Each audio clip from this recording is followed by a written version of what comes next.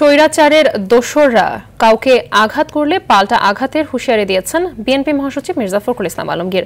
রাজনৈতিক দলগুলোর মধ্যে কোনো বিভেদ নেই জানিয়ে তিনি বলেন, ঐক্যবদ্ধভাবে সব জয় করা হবে। শেখ হাসিনা ভারতে বসে দেশকে অস্থিতিশীল করার অপচেষ্টায় লিপ্ত বলে অভিযোগ করেন বিএনপি মহাসচিব। রোজু রফিকের রিপোর্টে জানাচ্ছেন মায়দুর রহমান রুবেল। বিএনপির প্রতিষ্ঠাবার্ষিকী উপলক্ষে জনদুর্ভোগ এড়াতে রেলির বদলে বৃক্ষরোপণ ও খাল পরিচ্ছন্নতা কর্মসূচি হাতে নেয় দলটি। উত্তরার দিয়াবাড়ির লেক পরিচ্ছন্নতার মধ্য দিয়ে কর্মসূচির উদ্বোধন করেন বিএনপি মহাসচিব মির্জা ফখরুল ইসলাম আলমগীর।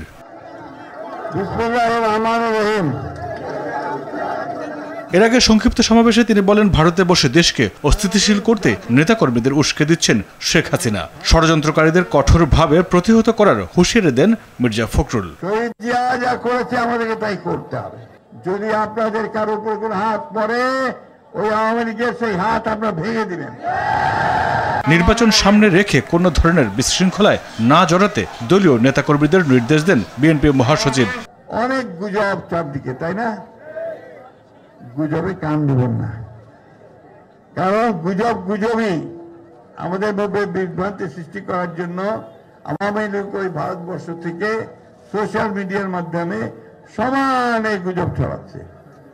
আমাদের মধ্যে কোনো বিভেদ নাই, আমাদের মধ্যে ঐক্য, সে ঐক্য নিয়েই আমরা জয় করব ইনশাআল্লাহ। এদিকে মানিকনগরে ঢাকা মহানগর দক্ষিণ বিএনপির বৃক্ষরোপণ ও পরিষ্কার পরিচ্ছন্নতা কর্মসূচিতে যোগ দিয়ে দলের স্থায়ী কমিটির সদস্য গয়েশ্বরচন্দ্র রায় বলেন, জনগণের ভোটাধিকার হরণের ষড়যন্ত্র চলছে।